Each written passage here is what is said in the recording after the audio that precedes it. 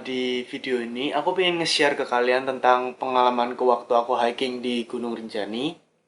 Sebenarnya aku udah bikin video tentang ini di TikTok, cuma karena ada beberapa follower di Instagram yang bilang mereka lebih prefer kalau aku buat video ini di YouTube karena ada yang mereka yang nggak punya TikTok atau ada yang berhalangan untuk nonton di TikTok.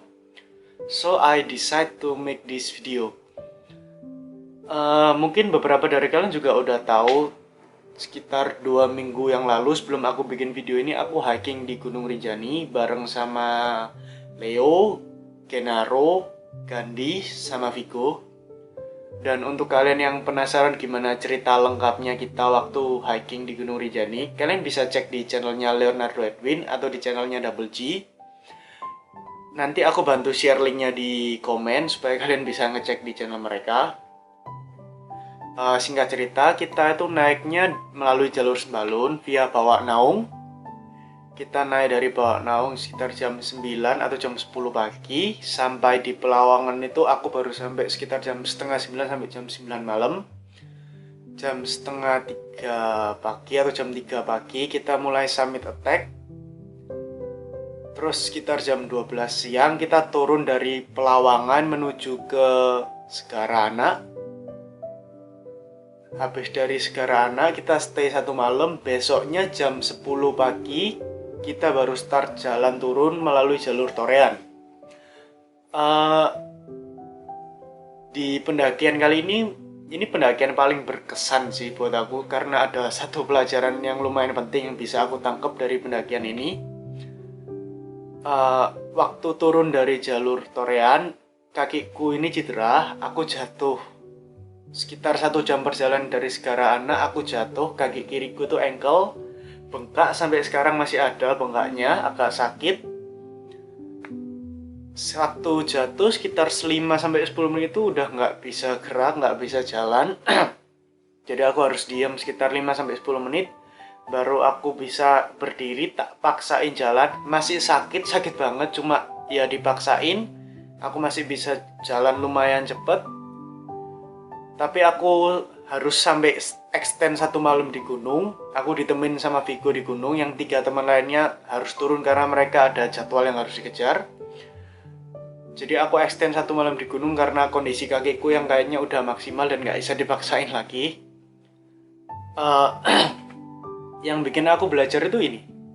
Sebelum aku hiking di Rinjani, waktu aku masih di Mataram, aku tuh lagi nongkrong-nongkrong sama teman-teman. Terus ada satu temen tuh yang ngomong gini, kayak Tuhan kita itu Tuhan yang suka bercanda loh. Dia tuh kadang nyakitin hati kita cuma untuk nyelamatin kita dari sesuatu yang salah. Dan waktu dia ngomong gitu aku cuma kayak ya iya aja. Tapi aku I'm not feeling what he say gitu. Aku nggak ngerasain apa kata perkataannya dia. Aku nggak pernah ngalamin perkataannya dia. Jadi aku cuma sekedar oke, aku setuju aja karena aku ngerti maksudnya dia. Dan waktu di gunung, tepatnya sebelum aku jatuh dan kaki kiriku itu ankle, dalam hati itu aku ngomong gini. Aku mengeluh terus, aku ngomong kalau dalam hati aku nge-mindset aku itu nggak kuat, aku tuh capek pol, nggak kuat, capek pol. Dan akhirnya ada satu momen kayak aku, biasa kan kalau manusia udah saat di bawah, mereka nyari Tuhan. Ya waktu itu aku kayak gitu, kayak aku ngomong ke Tuhan tuh gini. Tuhan, aku tuh capek pol. Aku minta tolong Tuhan kasih aku kekuatan, aku berserah sama Tuhan, bla bla bla. Dan setelah 1-2 menit setelah aku doa, bukan kekuatan yang aku dapat, justru aku malah jatuh, kaki kiriku ankle, dan itu sakitnya minta ampun sampai sekarang. Dan deh, momen itu aku kayak dalam hati aku langsung refleks kepikirannya gini. Kayak the fuck? Ya Tuhan ini bercanda, kali ini Tuhan ini bercanda mbak aku. Dikerjai aku ini. Aku minta kekuatan, aku malah dikasih musibah mungkin anggapannya. Dan puji Tuhan aku masih bisa selamat turun sampai bawah. Dan setelah beberapa hari di bawah itu aku kayak merenung gitu. Aku mikir, kenapa sih harus ada kejadian itu?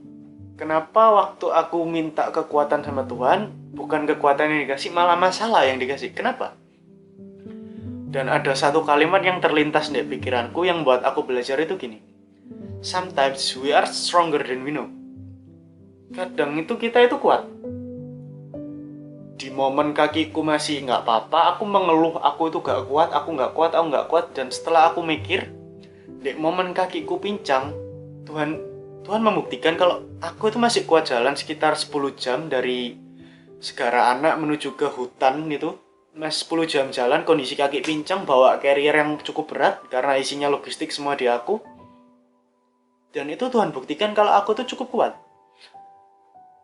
Terus kenapa nih momen kakiku itu nggak apa-apa, aku tuh harus mengeluh kalau aku itu nggak kuat?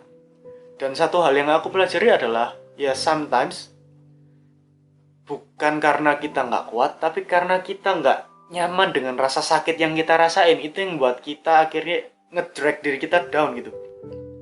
Nggak cuma masalah hiking di gunung, tapi kayak tentang personality life, tentang kehidupan personalku juga kayak gitu. Di perkuliahan, di pekerjaan, di pergaulan, dan hal-hal lain, sometimes hal sing bikin aku nggak nyaman itu membuat aku ngerasa aku nggak kuat, dan akhirnya itu malah jadi batu sandungan buat aku yang bikin aku nggak bisa maju dan bikin menjerumuskan aku ke bawah. Dan pelajaran ini yang mungkin aku berusaha terapin sekarang di kehidupanku, kalau ya sometimes we need to push ourselves more, karena sebenarnya kita itu masih kuat, power kita itu masih ada. Cuma ya itu karena kita nggak nyaman dengan rasa sakitnya, kita nggak mau meninggalkan zona nyaman itu, malah akhirnya itu menjadi hambatan dan membuat kita menjadi manusia yang yang gagal mungkin ya. Mungkin ini yang ingin aku share ke kalian. I hope this video bisa membantu kalian. Kalau kalian ada pertanyaan seputar perjalananku di gunung, atau tentang daily life, atau tentang hal-hal lain yang bisa aku jawab, kalian bisa kasih pertanyaan itu di komen. Dan kalian jangan lupa untuk nonton gimana vlog lengkapnya waktu di Gunung Rinjani di channelnya Leo atau di channelnya Double G. Nanti aku juga kasih link di komen untuk ngecek di channelnya mereka. Thanks buat kalian yang udah nonton video ini. Bye-bye.